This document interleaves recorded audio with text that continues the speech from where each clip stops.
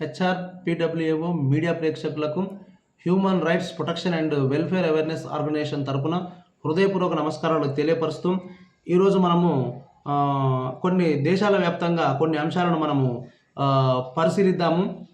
ఇక మన Zelensky Ukraine అధ్యక్షుడు ఇతను ఏమంటున్నాడంటే పుతిన్ త్వరలోనో చనిపోతాడని చెప్పి ఒక స్టేట్మెంట్ రావడం జరిగింది. అయితే అప్పుడే యుద్ధం ఆగిపోతుందని చెప్పి ఎవరంటారు? జెలెన్స్కీ అంటున్నారు. ఇక మనం వివరాల్లోకి వెళ్ళి చూద్దాం. మాస్కో సియోల్ మార్చి 27 ఉక్రెయిన్ అధ్యక్షుడు జెలెన్స్కీ రష్యా అధ్యక్షుడు పుతిన్ను ఉద్దేశించి మరోసారి సంచలన వ్యాఖ్యలు చేశాడు. పుతిన్ త్వరలోనే చనిపోతాడని, అప్పుడు తమ ఇరు దేశాల మధ్య కొనసాగుతున్న యుద్ధం ఆగుతుందని అన్నారు. ఈ యుద్ధం కొనసాగాలని రష్యా కోరుకుంటుందని, దీన్ని ఆపేలా ఆ దేశంపై ఒత్తిడి తీసుకురావాలని కోరారు. పుతిన్ ఆరోగ్యంపై నిరంతరం వదంతులు వస్తున్న నేపథ్యంలో బుధవారం పారిస్లో యూరోపియన్ మీడియాకు ఇచ్చిన ఇంటర్వ్యూలో జెలెన్స్కీ ఈ వ్యాఖ్యలు చేశారు. కాగా ఉక్రెయిన్ సరిహద్దుకు సమీపంలో మందుపాత్ర పేరిన ఘటనలో రష్యా ప్రభుత్వ టీవీ జర్నలిస్ట్ అనా ప్రోకోఫీవా మృతి చెందారు. ఆమె కెమెరామెన్ దిమిత్రీ వోల్కోవ్ తీవ్రంగా గాయపడ్డారు. ఈ సంఘటన ఉక్రెయిన్ సరిహద్దున ఉన్న రష్యాలోని బోల్గోరోడ్ ప్రాంతంలో చోటు చేసుకుంది. మరోవైపు ఉక్రెయిన్పై యుద్ధం చేస్తున్న రష్యాకు ఉత్తర కొరియా మద్దతు కొనసాగిస్తూనే ఉంది. ఇప్పటికే సైనిక సహాయం అందించిన ఆ దేశం తాజాగా ఈ ఏడాది జనవరి ఫిబ్రవరి నెలల్లో సుమారు 3,000 మంది అదనపు దళాలను రష్యాకు పంపించిందని దక్షిణ కొరియా సైన్యం గురువారం వెల్లడించింది.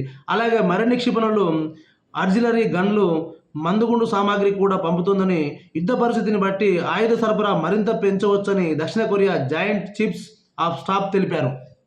టోటల్గా అయితే సాధ్యమైనంత వరకు అన్ని దేశాలు కలిసి దీన్ని సమర్థవంతంగా చర్చల ద్వారా వీరి యొక్క సమస్యను పరిష్కరించుకునే విధంగా ఉంటే బాగుంటుంది. కనుక ఇలాంటి వ్యాఖ్యలు చేసుకొని ఇలాంటి యుద్ధాలకు పాల్పడి దేశాలు అభివృద్ధి చెందవలసిన దేశాలు ఎంతో నష్టపోతున్నటువంటి సందర్భాలు మనం ఎన్నో చూస్తున్నాం. కనుక వీరందరికీ మన human rights protection and welfare awareness organisation తరపున మనం తెలియపరిచే ఏంటంటే, వీరందరూ ఐక్యతతో ఒక ఒప్పందంకి వచ్చి ఈ యుద్ధాలను ఎలా ఆపాలి, ప్రశాంతంగా ఎలా సమస్యలను పరిష్కరించుకోవాలనే ఒక ఆలోచనతో ప్రతి దేశ అధ్యక్షుడు ఆలోచించి ముందుకు పోవాలని చెప్పి మన ఆర్గనైజేషన్ తరఫున కోరుకుంటున్నాం. ఇక మనం ఇంకొక విషయం కూడా చూద్దాం. త్వరలో భారత్కు పుతిన్ అని చెప్పి కూడా ఒకటి వచ్చింది. మన రష్యా అధ్యక్షుడు పుతిన్ గారు త్వరలో మన భారత్కు రాబోతున్నారని చెప్పి వచ్చింది. ఇక రష్యా అధ్యక్షుడు పుతిన్ త్వరలో భారత్లో పర్యటించనున్నారు. భారత్ రావాలన్న ప్రధాని మోదీ ఆహ్వానాన్ని తమ దేశాధినేత అంగీకరించారని రష్యా విదేశాంగ శాఖ మంత్రి సెర్గీ లావ్రోవ్ గురువారం తెలిపారు. రష్యా ఇండియా టువర్డ్స్ బయోటరల్ ఎజెండా పేరుతో రష్యా ఇంటర్నేషనల్ అఫైర్స్ కౌన్సిల్ నిర్వహించిన సదస్సులో లావ్రోవ్ మాట్లాడుతూ పుతిన్ భారత పర్యటనను ఏర్పాట్లు జరుగుతున్నాయని పేర్కొన్నారు. అయితే పర్యటన తేదీలను మాత్రం ప్రకటించలేదు.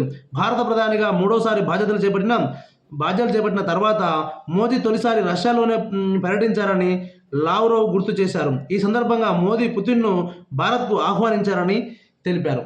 ఓకే, మన నరేంద్ర మోడీ గారు ఆహ్వానిస్తే ఈరోజు ఉన్నటువంటి అగ్రదేశాలలో ఏ దేశమైనా మ్యాక్సిమం వెనకాడకుండానే సపోర్ట్ చేస్తున్నటువంటి సందర్భాలు మనం ఎన్నో చూస్తున్నాం. ఈ విధంగా దేశాల మధ్య సమన్వయాన్ని కుదురుస్తున్నటువంటి మన దేశ ప్రధాని నరేంద్ర మోడీ గారికి human rights protection and welfare awareness organisation తరపున హృదయపూర్వక ధన్యవాదాలు తెలియపరుస్తున్నాం. ఇక మనము ఇంకొక సబ్జెక్ట్ కూడా ఇందులో చూద్దాము. అత్యవసర సరుకులు సిద్ధం చేసుకోండి అంటున్నారు. యుద్ధ భయం నేపథ్యంలో పౌరులకు EU సూచన చూద్దాం. ఇంకా యుద్ధ భయం నేపథ్యంలో యూరోపియన్ యూనియన్ తన పరిధిలోని 45 కోట్ల మంది పౌరులకు కీలక సూచన చేసింది. కనీసం 72 గంటల వినియోగానికి సరిపడా అత్యవసర సరుకులను నిల్వ చేసుకోవాలని సూచించింది. యుద్ధ వాతావరణం, డిజిటల్ దాడులు, పర్యావరణ సవాళ్లు, ఆరోగ్య అత్యవసర పరిస్థితుల దృష్ట్యా ఈ ఏర్పాట్లు చేసుకోవాలని తెలిసింది. దక్షిణ అంశాలో తాము సాయం చేయబోమని, సొంతంగా స్వయం సమృద్ధి సాధించుకోవాల్సి ఉంటుందని అమెరికా స్పష్టం చేసిన నేపథ్యంలో ఈ సూచనలు చేసింది. అయితే అనవసర ఆందోళన చెందాల్సిన పని లేదని, ఇవన్నీ ముందు జాగ్రత్త కోసం చేసే సూచనలని స్పష్టం చేసింది. యూయూకు చెందిన సన్నద్ధత సంక్షోభ నిర్వహణ కమిషనర్ హజ్జా లహ్బీబ్ ఈ మేరకు 18 పేజీల భద్రతా ప్రోటోకాల్ పత్రాలను విడుదల చేశారు. మరి మళ్ళొక్కసారి కూడా చెప్తున్నాం, ఈ యొక్క దేశాల మధ్య యుద్ధాలు ప్రకటించుకోవడం కన్నా ఈ యుద్ధాలను ఏ విధంగా అరికట్టాలి, దేశానికి మధ్య ఉన్నటువంటి సమస్యలేంది, ఈ సమస్యలను శాంతియుతంగా ఎలా పరిష్కరించుకోవాలి, శాంతియుతంగా ఏ విధంగా ముందుకెళ్ళాలనే అంశం మీద ప్రతి దేశం కూడా మన మన భారత ప్రధాని నరేంద్ర మోడీ గారు ఏ విధంగా అయితే శాంతియుతంగా సామరస్యంగా దేశానికి మధ్య అనుసంధానం చేసుకుంటూ ముందుకెళ్తున్నారో, అదేవిధంగా ప్రతి దేశం కూడా అదే విధంగా ఆలోచించి అన్ని దేశాలు కలిసి ఉండాలని చెప్పి ఏదైనా సమస్యలు ఉన్నట్లయితే ఆ సమస్యలను మన సామరస్య పద్ధతిలో తీర్చుకోవాలి తప్ప యుద్ధాలు ప్రకటించుకోకుండా ముందుకెళ్ళాలని చెప్పేసి ఈ యొక్క దేశంలో ఉన్నటువంటి యొక్క అధినేతలందరికీ human rights protection and welfare awareness organization తరఫున మేము ప్రతి ఒక్కరిని కోరుకుంటున్నాం. థ్యాంక్ యూ, ధన్యవాదాలు.